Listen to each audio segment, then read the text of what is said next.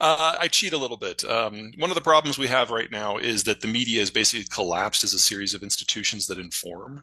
They're more in an advocacy role now. And Hmm. that is largely because we've adapted poorly to technology. And when I say we, I don't mean Americans. I mean everyone. Every country faces this problem to some degree. Um, it used to be with international news, you would have entire foreign bureaus for every mid-sized news agency on up from like the Des Moines Register all the way up to AP. Um, Once we got email, a lot of that went away. Once we got faxes and then email and then ultimately attachments, the staff that you have overseas, they pulled out the stringers, they pulled out the copy editors and eventually pulled out the editors and just left the reporters. Well, now we're in an age of AI where they don't even feel they need the reporters.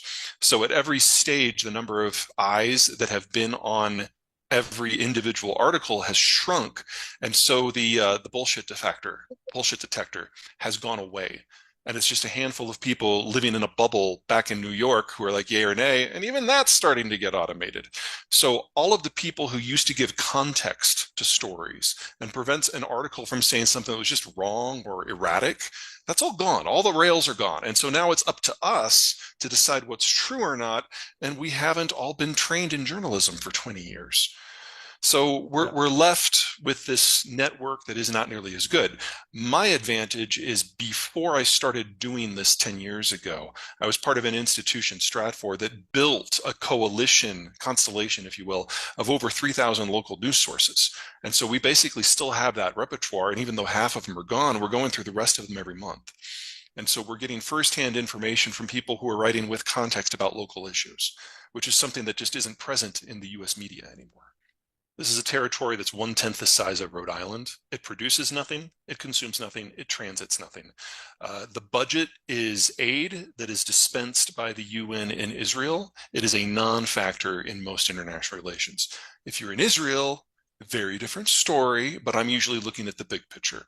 So this is going to sound horrible, but I've been a little annoyed at how much bandwidth this has taken from everybody for something that in the end of the day really doesn't matter very much.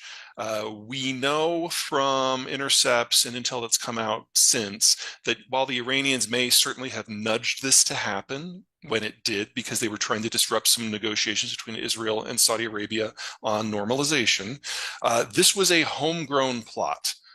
With locally trained people picking up on the tactics that ISIS used to use.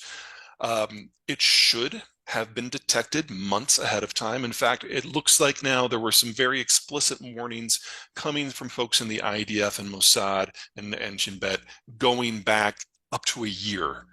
The problem on the Israeli side is governance. Uh, how can I say this without pissing off half your audience? Whatever. Um, Matt Gaetz on our side has a reputation for being a bit of a blowhard, but not very competent. Basically, that describes half of the Israeli cabinet right now. They're people who got their positions because the religious parties got the rabbis to tell their congregations to vote for these folks. None of them have any real world experience, and they pretend that they own the defense establishment because they beat their chest a lot. But in reality, they've degraded the military and the intelligence services at every turn and ignored all the warnings that weren't politically convenient Mm. for them. And because of that, this happened, and that's horrible. And for Israel, there's some soul searching that has to go down here. But first things first, they have to prevent it from ever happening again. And that means the Gaza war and all the ugliness that's coming from that. Actually, I wouldn't Um, even say that because Iran publicly thinks of Hamas as apostates worthy of execution. You got to remember the Iranians are Persian and Shia, and the yeah. Palestinians are Sunni and Arab. They are not friends. They are allies of convenience at most. And so, if Iran had been in charge of things, they still would have had no problem burning them to get the outcome that they have right now. I would say the Because they certainly IRGC and the help them. mullahs hate almost everyone because there's no one out there who's Persian and Shia. So there's a hierarchy. Yeah. Hezbollah may be Arab, but they're also Shia. So, they are a proxy, they are a tool. Hamas is at best something that they've thrown a few resources at as kind of a long haul bet just to see what happens, and it's paid off. I think all three of them have something different that they're going for. Of the three, Iran has the longest legs and is going to be with us well throughout this century and into the next. They would love a world in which the Middle East was rearranged to recognize the fact that they are the superior demographic and military force of the Persian Gulf. The problem with that is that all of the Arabs are bit by bit getting in bed with the Jews of Israel into a broad spectrum intelligence and strategic alliance. And if you get Saudi Arabia to join the UAE and Morocco and Egypt and Jordan, who are already in there, then you've pretty much got a lock on the future of the region, and they've got to do everything they can to break that. The problem they're going to come up with is that the United States just doesn't care as much about the oil anymore. And so threatening, say, the Strait of Hormuz doesn't generate the panic in Washington that it used to. So they've got to look for other tools. And in this case, Hamas was a tool to that end. Mm. So from their point of view, they've got a bad hand. They're playing it reasonably well. Iran will be with us. China won't. I think the new data, though, came out in July. So the new data out of China is their birth rate has dropped by 2017 by more than what happened to the Jews of Europe during the Holocaust. Wow. And, clearly there's not a war going on in China. So we're looking at just the Chinese have stopped having kids, period. Yeah. And so we know that national dissolution is not that far off in the future. I would argue no more than a decade. And that assumes nothing else goes wrong. And what we're now discovering through all these purges of the military is that there's a Russian-style corruption racket going on in the Chinese military procurement system. And just this morning... So we found out about the water and the missiles, right? Oh my God, yeah, the hatches that were just bolted on because it's easier maintenance if you don't have to open them. And then the rockets that instead of fuel had water. We have no idea how deep that goes. We have found out in Russia that it goes pretty deep, but in China, it's all news. So if their military capacity really is more on a Russian scale than a Chinese scale, and their demographics have already imploded, this is not a country that is going to be with us for much longer. With respect if to they the had Taiwan somewhere invasion. they could strike to solve some of their problems, maybe. But, let's say they decided to go for Taiwan. Let's say they could capture it in 2 weeks. A bit of a reach, but let's say they could do that. Well, and then what happens the next day? Because the U.S. now has closed the sea lanes to all their energy and all their exports. So, you get a deindustrialization collapse and a famine in under a year. That's not a win. I don't know who's going to win. How many Panamanian soap operas do you watch? Everyone I can get my hands on, because they're ridiculous and they're short and they're to the point, and they're done in a season, so it's great. Anyway, it's like disposable Game of Thrones. I don't know who's going to win. The Chinese have always beaten their chests to try to shape the election, and it's always gone the opposite way. So that would suggest that this new mayor, or I'm sorry, I can't remember the name.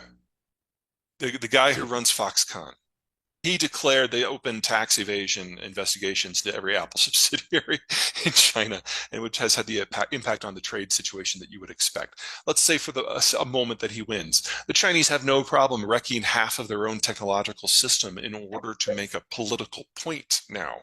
And so I can easily see the Chinese blowing this out because the wise, stern hand on the rudder that they used to have is gone. And Xi is clearly in the dark about most of the things that are going on in his own country. So you've got the propagandists saying what they think Xi wants to, and then the bureaucrats making up policy on the fly, but none of it's connected anymore. Hello guys, welcome back to my new video. Today I am back with another new content for you. In today's video, famous writer and geopolitical relationship analyzer discusser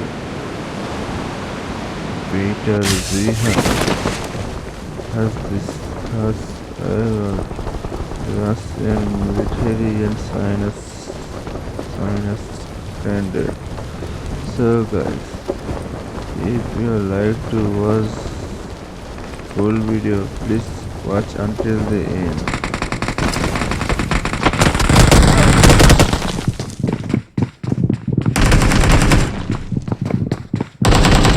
To watch. Guys, I am daily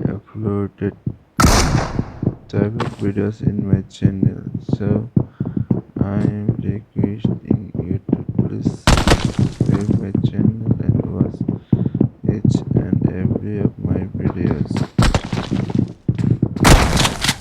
Guys, now I am playing BGMI, but in this match I have finished by enemy. So let's see what my teammates can do. I think my teammate has just finished a bot now, and he finished a bot.